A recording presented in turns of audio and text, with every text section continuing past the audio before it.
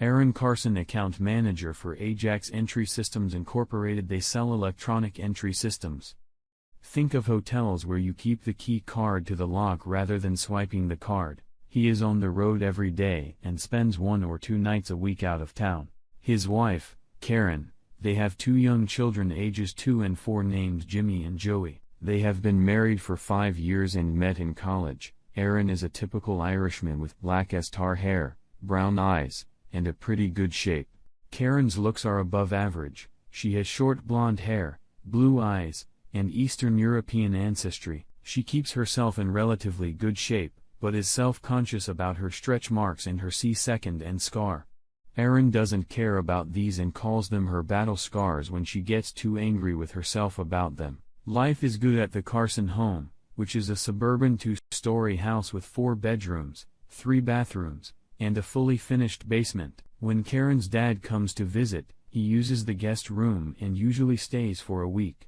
He's from the East Coast while most of their family lives nearby. Karen's dad divorced her mom 5 years ago, and no one knows the whole story about it. Karen suspected that her dad was cheating, but neither of her parents would talk about it and would quickly stop talking if anyone asked about it. Aaron was returning home after one of his overnight stays on the road. At the last minute, he changed his plans and drove home instead of staying the night. It was only 8 o'clock, and he could get home by about 10. He pulled into the driveway just as a man pulled out of it. The man looked scared as he sped away. Aaron watched the man walk out of the house, shook his head and got angry. As he walked through the door, he calmed down and shouted, "Honey, I'm home." Karen came down in a robe, fresh out of the shower, and said, "Hey, baby. I wasn't expecting you until tomorrow." She kissed him gently, and Aaron could smell the toothpaste on her lips. "Honey, who was that man who just left?"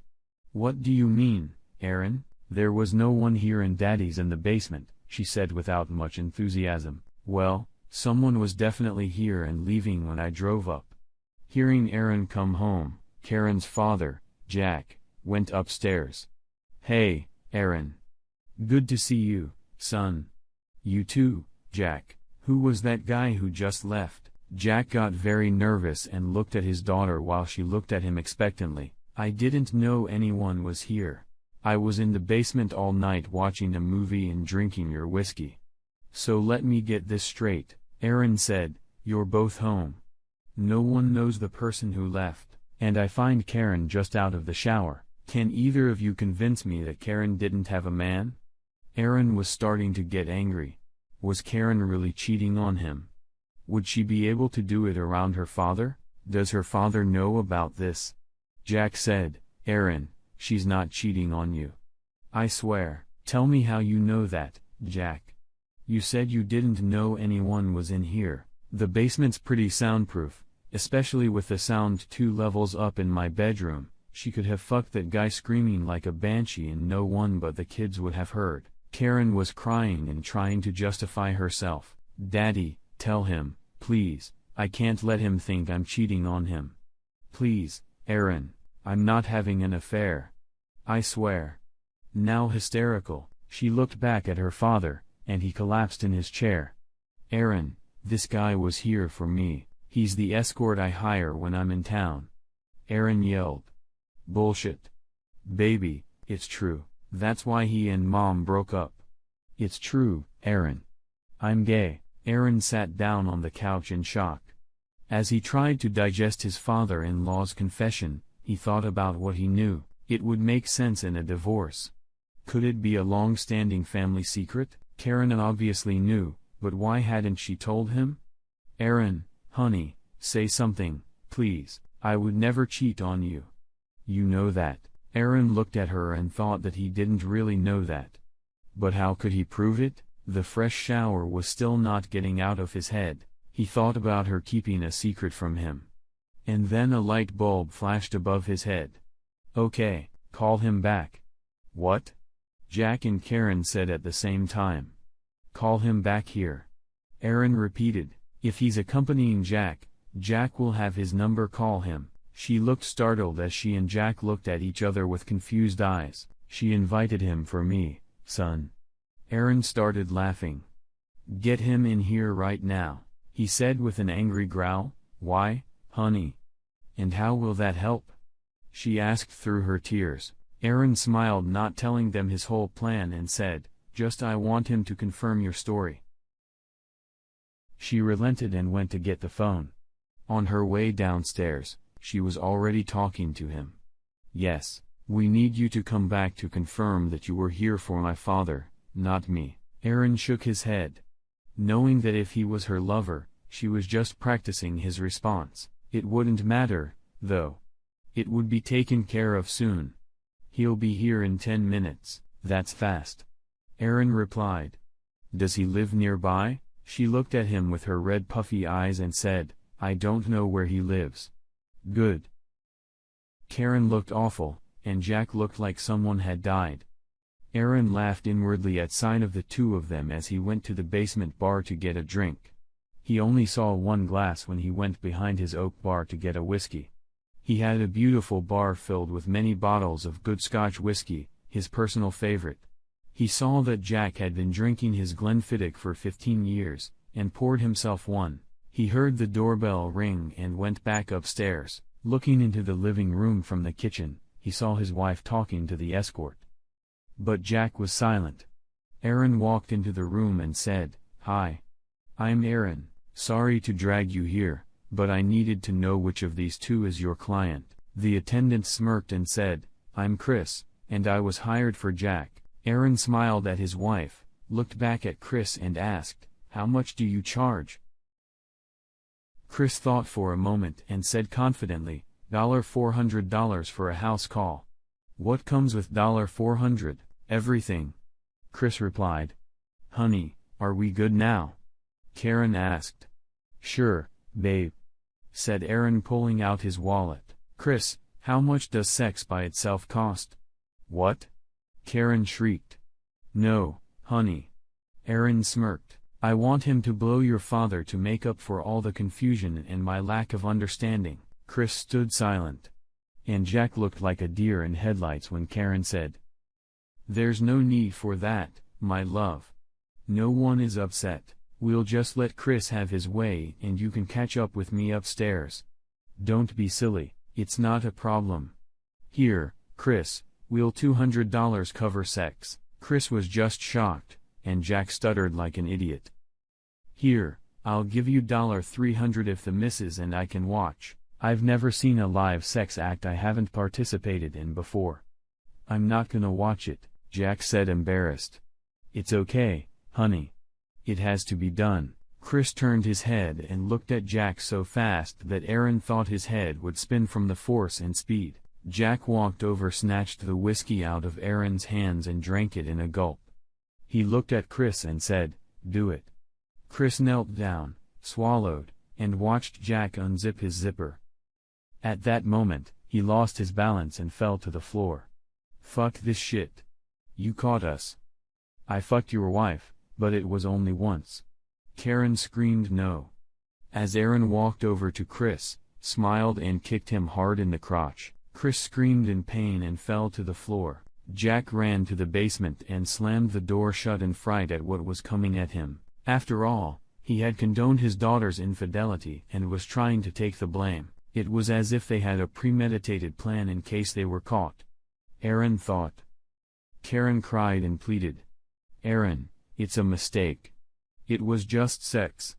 I was weak. It's over. Aaron looked at her with disdain and said, Gather your shit and get out of here with your father now. I don't care where you go, but I want you gone.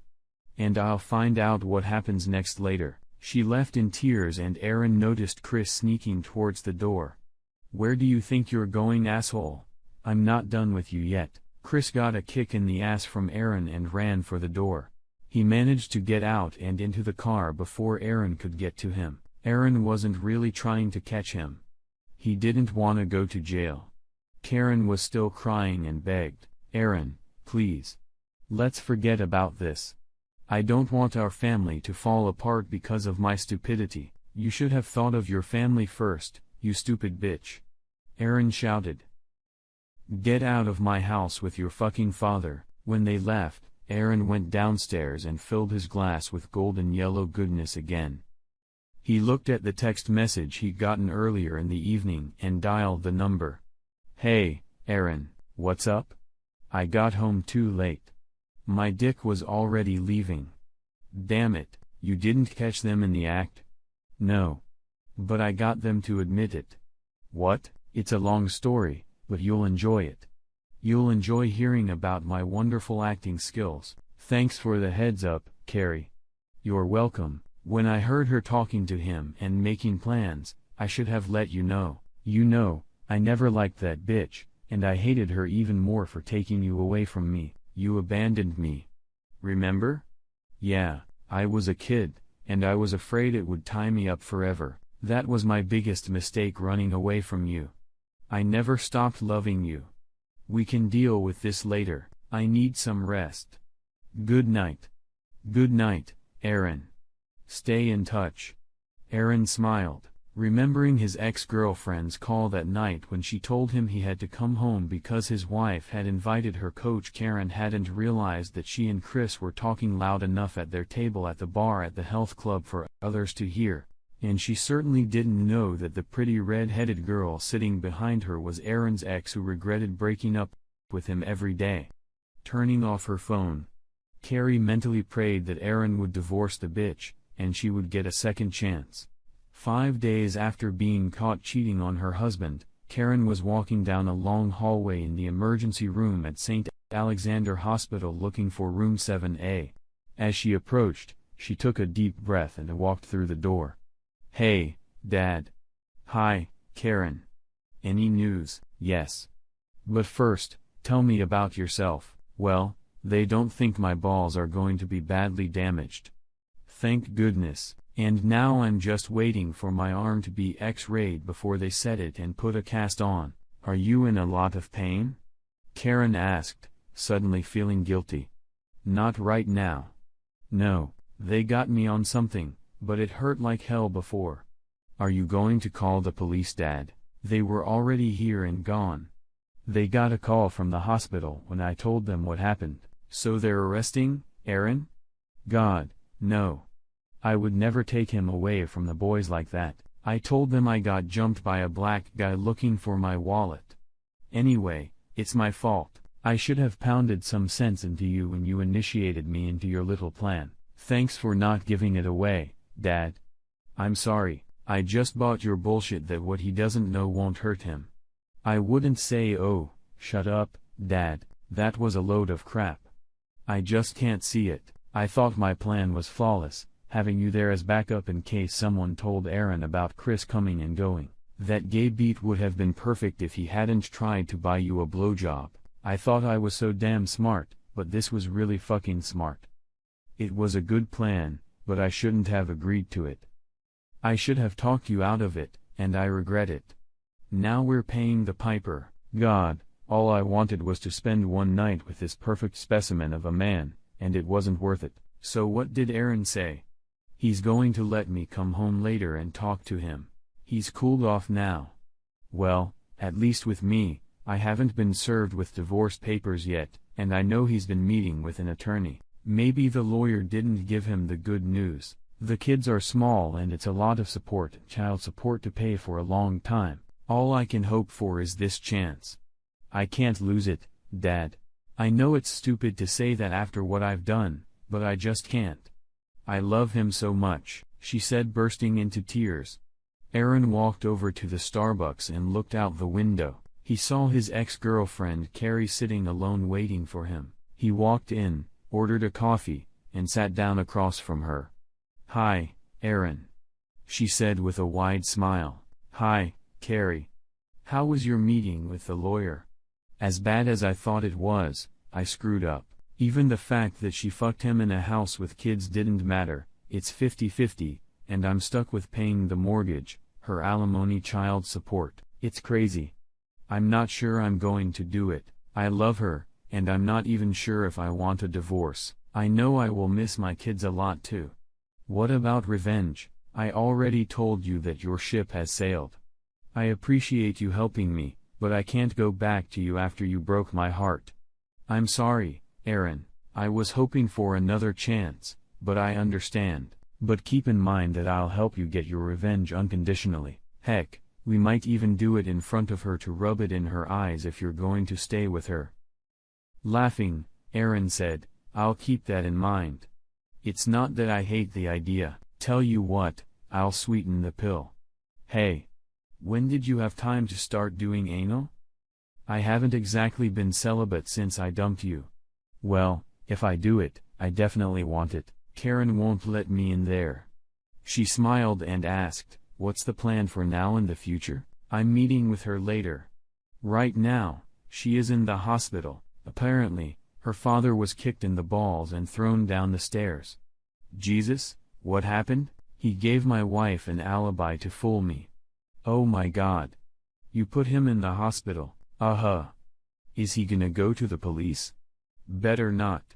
I told him I'd eventually bail him out and do it again. I'm pretty sure he'll be smart." "Boy, you're cold-blooded." "Not really. I just wish she'd think twice before helping her cheat again." "You think she'll go for it?" "No. I don't trust her, but I don't think she'll do it again. One of her friends she confided in got mad at her and told me everything she said to her. Apparently, she had lust for him because he was so handsome, but he sucked in bed.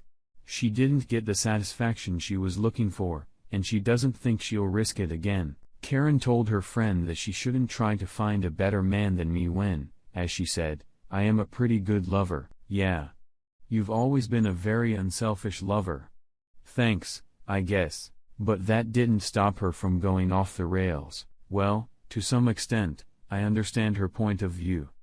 She had a great guy interested in her, so she took a huge risk to get a piece of the pie. And it turns out that the wrapping doesn't make the gift any better. I can understand how she wouldn't take that risk again. Once burned, twice ashamed, so to speak. I wish it were that easy." After I kicked her out and ended our conversation that night, I cried for an hour. I just lost it and broke down. I still have fits of anger and confusion about how she could do that to me, but then I cry again thinking about losing her. "Losing the kids, it's just too much," he said, with tears in his eyes. "It sucks and you don't deserve it. You're a great guy. You have a great job, and you deserve a great family life. I'm sorry you have to deal with this." "Look, Aaron. I gotta get back to work. Sounds like you know what you're gonna do. Just keep in mind that my ass is on the table for you." She patted his hand, got up, and walked away. Aaron took one last sip of coffee and realized she was right. He knew what he was going to do. "Would you like some wine or something else?" Aaron asked his wife as she sat in the kitchen. "No, I wanna keep a clear head." "Okay. I'm just going to get on it. I don't need any stupid excuses. I know all about why you did it. I wanna know how I can trust you in the future and how you can prove that you still love me." She fell to her knees and laid her head in his lap sobbing. "You have to believe that I love you. You can trust me because I realized I was wrong, and I'm sorry. My dad filled my head with all this crap. Yeah. I knew from the beginning why my parents got divorced. They didn't want you or anyone else to know, so I kept it a secret. My dad was always cheating on her. She hadn't had a sex drive since menopause and didn't know about his slutty behavior until one day he got mad at her and said he was going after pussy that worked. That was the end of it for her. I don't care about that, I know, but that's what planted the seed.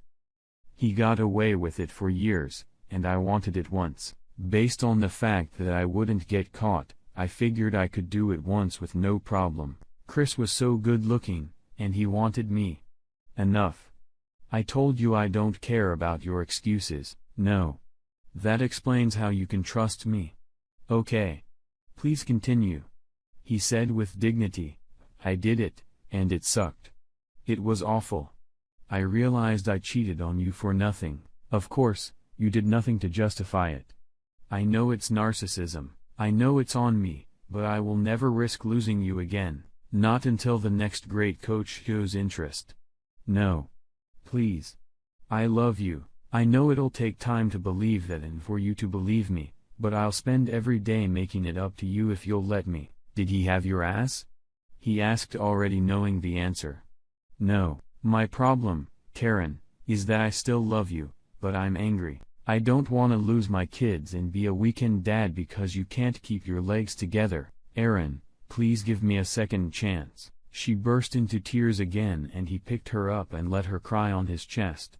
Her crying was breaking his heart and his instinct to protect her and make things better worked. He started to show emotion himself, but he pulled himself together. I'll take you back on one condition. Anything I get revenge sex. Oops. You said anything. Okay. But please let this be the end. We'll be even. I don't want you to hold it against me. We need a fresh start. Don't be so hasty. You haven't heard the details. I have. You have to watch. You have to feel the humiliation and anger I felt. She cried again and hugged him. She whispered. Okay, okay. Please come back. Your children miss you. Karen, can you ask your mom to pick up the kids tomorrow night? Karen was dreading it. Okay, are we going to dinner? She knew we weren't. It had been almost a month since she'd been back, and he was still cold to her. No, Carrie's coming over tomorrow, and I'm having revenge sex. Who's Carrie? You dated her a few years ago. She dumped me right before we met. Oh, Karen said, sadly, that was the worst-case scenario for her. Now she had to worry that he was rekindling an old romance. She had broken his heart and Karen had put the pieces back together, but it had taken a long time. Okay. I'll take them to my mom's. Okay. I'll let Carrie know to be here at 8 o'clock. Carrie rang the doorbell, and Aaron got Karen to open it. Karen didn't respond to Carrie's cheerful greeting as she walked past her. This is going to be fun, Carrie told her as she closed the door. Aaron walked into the living room and gave Carrie a welcoming hug. Hi. How are you doing? Carrie asked. Okay. Honestly, a little nervous. Don't be nervous. I'm going to take advantage of this gift you're giving me tonight, and I'm going to turn your world upside down. Well, okay then. You want something to drink? White wine? You bet. Karen? Yes, please, she said quietly. They were sitting in the living room sipping drinks when Karen broke the silence. Can we please get this over with already? Carrie raised her eyebrows and looked at Aaron. Aaron smiled and said, okay. Let's go upstairs. As Aaron led the women upstairs, Karen cried quietly. She had been dreading this day to come, and the realization that it would finally happen hurt her deeply. She now fully understood the pain she had caused her husband with her infidelity. Aaron pointed to a chair for Karen to sit down.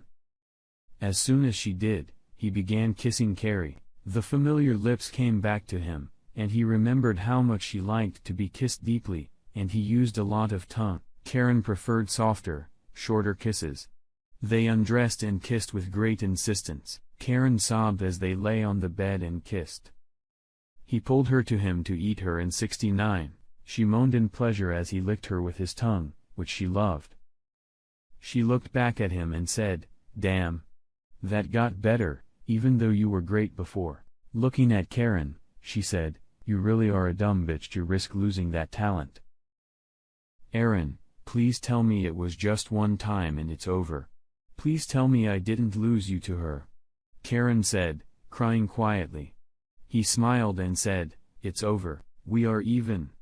I have no desire to continue bullying you. She put her arms around him and cried, snuggling into his chest. She looked at him, then at Carrie, who was watching them with a smirk on her face, lying on her stomach. Karen said, fuck you, bitch. You can keep that load in you. Get out.